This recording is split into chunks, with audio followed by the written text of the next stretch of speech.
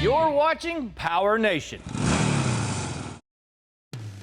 It's Judgment Day for our Pontiac GTO. We're pulling apart this old muscle car to get the final verdict. Today on Detroit Muscle.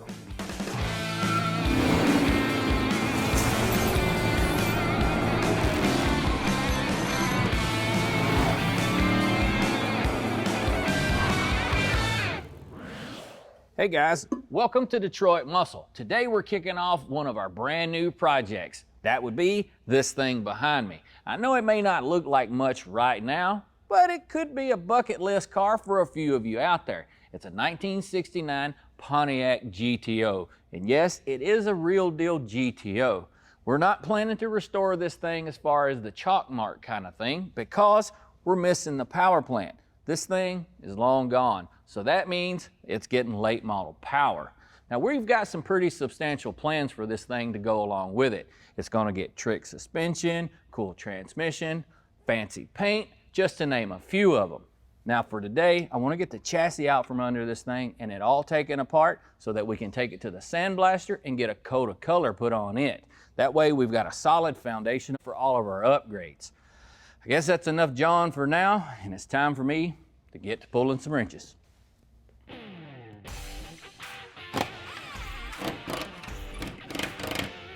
It's always got to be one.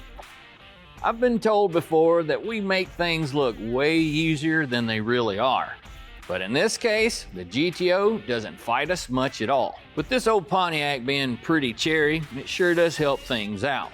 The floors and the frame isn't all gunked up or full of crud, which makes the separation of the body and chassis a breeze, and the bolts basically zipped out. This project isn't going to be nowhere near what some would call a chalk mark style resto. But frame off, yes. Doing it this way, we get to assemble the suspension, drop in the engine and trans, and build a product that we're proud of. This GTO rolled off the assembly line about as basic as they come. A person could just bolt on new parts, but we want everything to look nice. Grinding and cleaning a frame for hours on end isn't what I call a good time. I mentioned to you earlier about making things look easy. The fellas at Blast from the Past does it for sure. You can drop off some ugly, they'll work their magic. But wait, we still got a couple of surprises for you. While we're out and about, I had to stop in and catch up with an old friend of mine. This gentleman has a treasure pipe full of old Pontiacs, and we need a couple of pieces for our GTO. Now today is a day we're gonna be doing a little bit of scrounging, and that sounds like a whole lot of fun.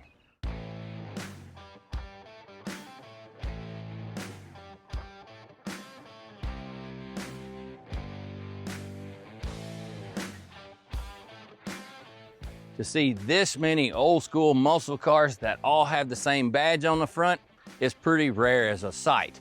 Now, I'm looking around here and I see a bunch of cool stuff. A lot of times other folks may look out here and go, man, that's a bunch of junk. But looking through here, this stuff has a lot of wealth to it. And I'd speculate that if you were to itemize a lot of the pieces out, there's a tremendous amount of money. Now, what we're looking for today is a couple of pieces of trim because ours is dented up. But walking around an old salvage yard like this, what I really enjoy the most is the odd things that you'll run across. So let's just see what exactly is out here.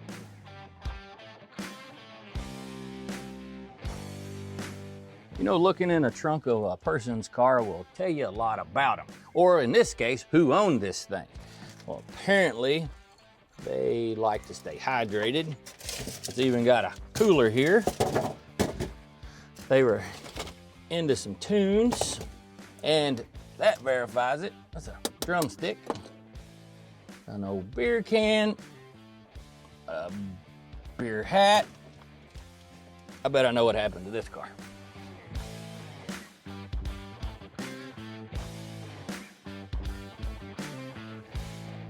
Now, I'm always interested to look at old school wheels. That's got a set of them old antique mags. And then check this thing out.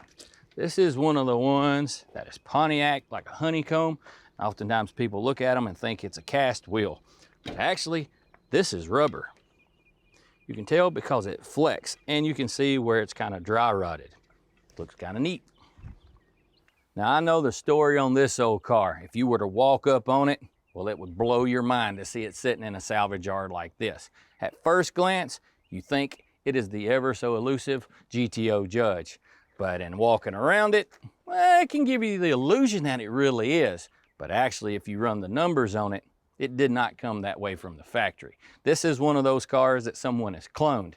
Now, if you've got a cloned car, there's nothing really wrong with it, except for it's not the real thing. So don't expect the real type of money. There's two cars that I always stop in to look at every time I come here because it basically helps to ground me or humble me. We do all these restorations all in the sake of usually having a good time. And these two cars, somebody didn't have a good time at all. This one's twisted up, and by the skid marks on the top of the fender on that one, it was sliding down the pavement at some point. Guys, there's nothing wrong with enjoying yourself, but always remember, stay safe. Well, I guess you could say this is enough window shopping and looking around. It's time to get down to the nitty gritty. I need some trim. It's time to locate it.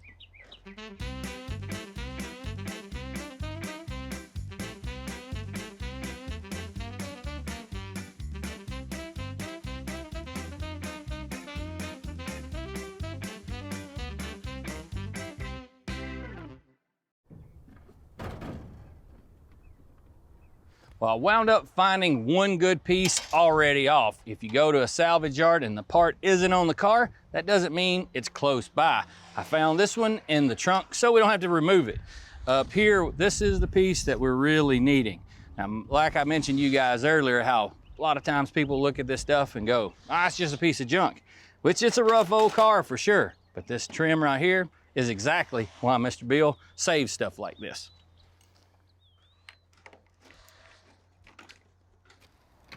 This old car being so crunchy, the clips probably will just, crumble right off of there. Score. Coming up next, we rise for the Honorable 69 Judge.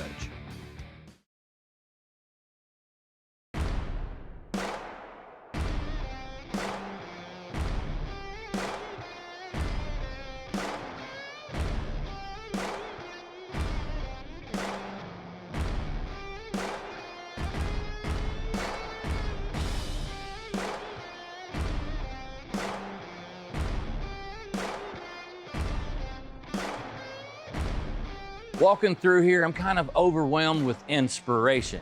These cars were built with performance in mind and the joy of driving it, because that's what muscle cars are all about. Now, I'm curious to you all. We all have that one car that if we could get the keys, we would drive it. And here, which one would yours be? A car that would be on the bucket list for a whole lot of folks would have to be a first-gen Camaro like this 69. These cars are popular for a lot of reasons. Iconic styling, they look fast sitting still, and have power for days. Another first-timer would have to be one of these. Now, I don't want to get into the details with pony car versus muscle car. 289 hypo, fastback top, that is sweet. From day one, the public loved the Mustang. These are one of the most recognizable vehicles ever built. Inside and out, it's perfection. Performance under the hood, a silhouette that's easy on the eyes, and an interior with just the right amount of chrome. For me, it would have to be a Judge. When I just think of one of them, it comes in this color. And then you combine that with a Ram Air 4, not gonna lie, it kind of gives me that kind of feeling. I even sweet talked him out of the keys, and he's given me the approval to give this thing for a test spin. Now, I may spend quite a bit of time, making sure I get everything, calibrated just right. And I don't know, I bet those rear tires are a little slippery.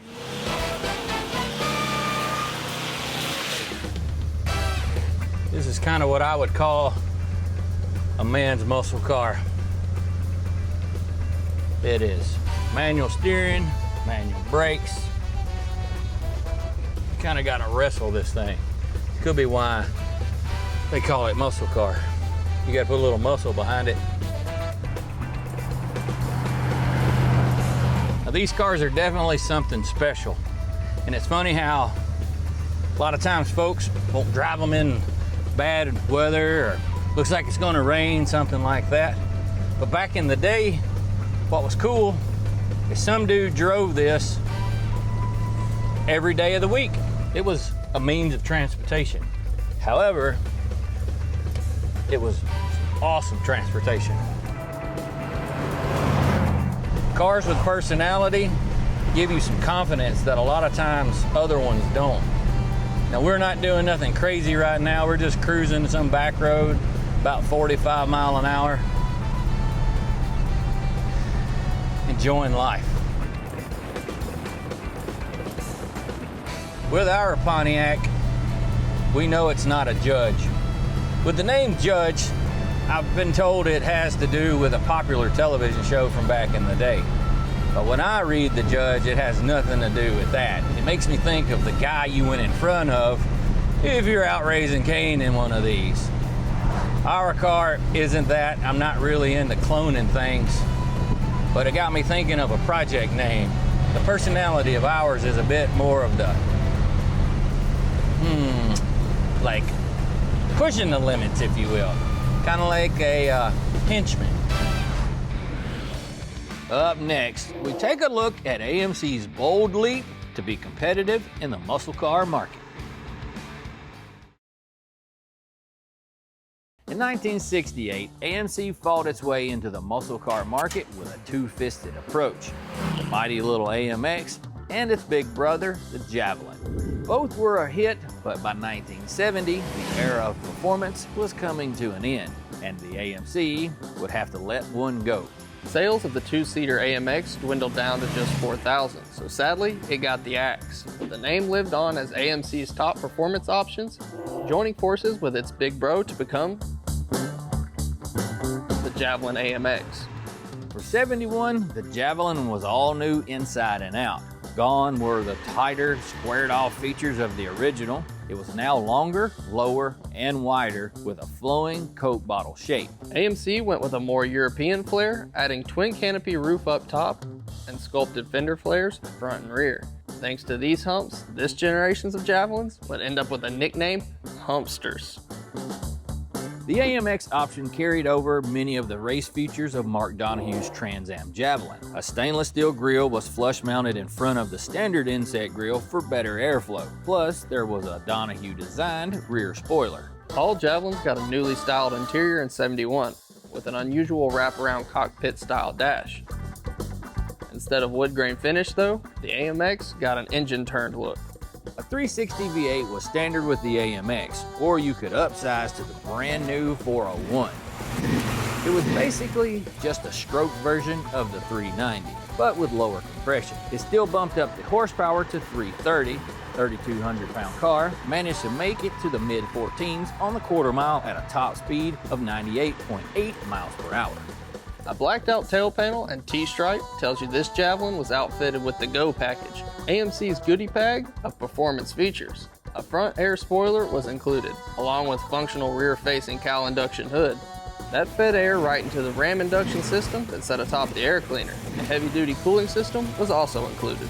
A Hurst 4-speed and rally pack gauges were also part of the package. Plus, you got a twin grip diff and upgraded suspension. It all rolled on fatter E6015 polyglass and wrapped around slotted steel 7-inch wheels. Ever since the new look debuted, some folks have grumbled over the loss of the original styling, but non-owner Mike Gray. I got attracted to Javelins when I was a kid building Johann models, and I always loved the styling of the little spoiler on the roof and the big hump fenders and the spoiler on the back. The 71 Javelin took first place on the Trans Am circuit, but wasn't a success in the showroom. Only about 2,000 got the AMX treatment, and less than 800 came with the 401. Not many survived. We're glad that this Humpster got saved from the dumpster. We've got a quick tip to drop the temps, plus it's easy to do, coming up on Detroit Muscle. Hey guys, welcome back to Detroit Muscle. I've got a little bench top how-to that I want to show you. It's going to do a couple of things for your project. One, it'll spruce up under the hood, and two, this will lower the temperatures under it as well. Now it's not very complicated, but you are going to need a little bit of some patience.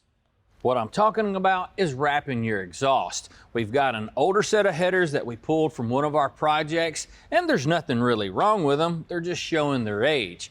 They definitely don't look nearly as nice as whenever we pulled these things out of the box when they were brand new. We picked up a kit from DEI, and it comes with the wrap that you're going to need and the little steel ties that help to hold everything in place. It also has this cool little tool for cinching these things down.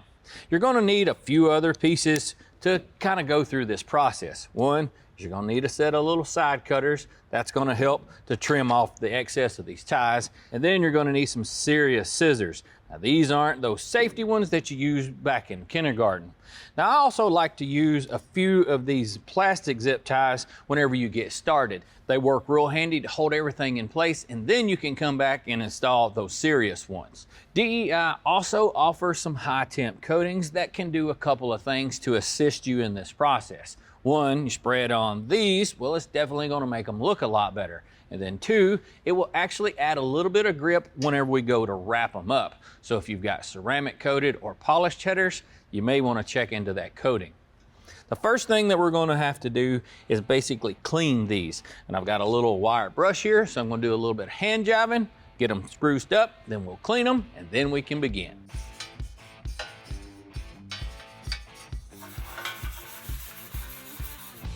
Make sure whenever you're cleaning, prepping for paint, that the rag that you use, well, you keep it moving, because if the rag itself is dirty, well, whenever you're going back across your clean spots, you're wiping dirt on them. So keep folding it, move it around. If you have to, change it, get another one. Continue that process until your rag's clean.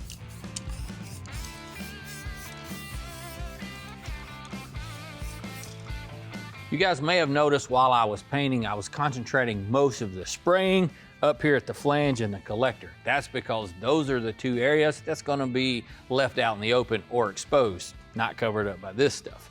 Now, whenever you're handling the wrap, it's a good idea to use a set of gloves because this can technically irritate your skin. Now, we're getting ready to go ahead and get started here, and you gotta kind of think this stuff through. Some of these tubes are so close together that you won't ever be able to get the wrap around them or in between it. So a good plan can save you some time. You may notice that you only have to wrap this section and then come back here and wrap this section because of an interference. Then whenever you start from here and move your way forward, you wrap back around those missing sections and it still looks like $1,000,000. Now, if you're gonna do this, don't be afraid to back up. And if you need to, using these plastic zip ties will allow you to cut off and restart. These you really can't reuse. So it's time for us to get started. Now with this, it's a good idea to calculate how many loops you're gonna need. That way you can go ahead and trim it off the roll. Now, you also wanna have an overlap of about 1/4 of an inch. Much more than that, it's just unnecessary wrap. What I figured I was gonna need about 20 of those.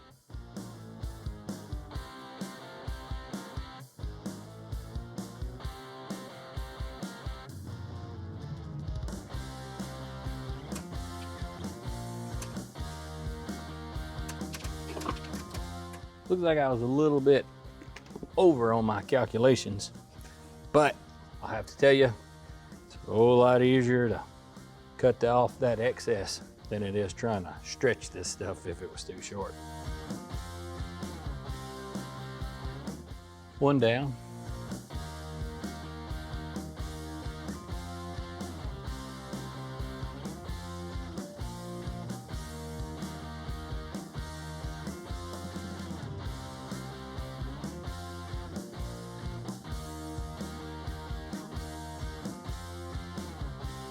Well, we have 2.5 tubes wrapped. Now we're ready to move on to the final one.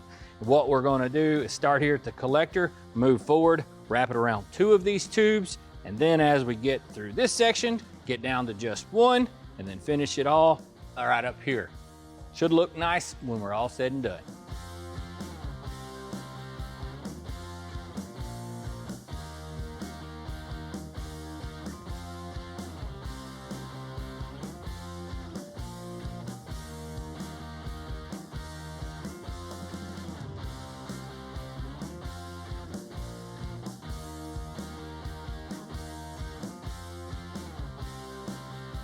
The final thing that we need to do is install our clamps, and it works a whole lot better using their special tool.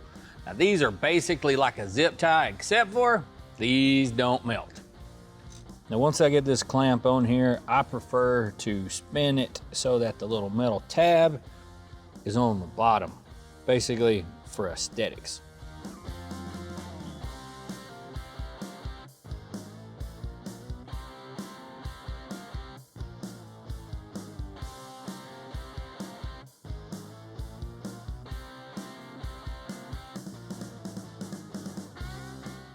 Well, there you have it. Looks pretty good. From what we started with, definitely shows its age. Now, fresh and clean.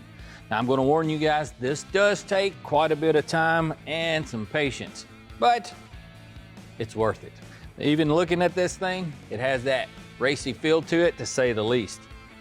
That thing, I need some love. Well, guys, we sure had a whole lot of fun today on the Detroit Muscle, and until next time, y'all keep it between the ditches.